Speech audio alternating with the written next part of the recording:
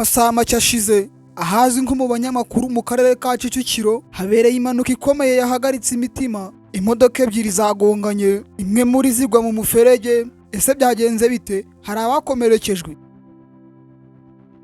Mu gicamunsi cy'uyu munsi mu karere ka Kicukiro hazwi nko mu banyamakuru habera impanuka y'imodoka ebyiri ntoya zagonganye mu buryo bukomeye. Amakuru yibanze agaragaza ko imwe muri izo modoka yahise igwa mu muferege iri iruhande rw'umuhanda. Ibintu byateye impagarara n'ubwoba ku baturage bari hafi aho. Abaturage bahise bahurura ari benshi, bamwe bagerageza gutabara uko bashoboye, abandi bahamagara inzego z'umutekano n'ubutabazi. Urujya n'uruza byahise bihagarara by'igihe gito, byatumye imodoka nyinshi zikererwa gukomeza urugendo rwazo. Kugeza ubu ntiharamenyekana icyateye iyi mpanuka ndetse n'umubare w'abakomerekejwe uracyategerejwe gutangazwa n'inzego zibishinzwe.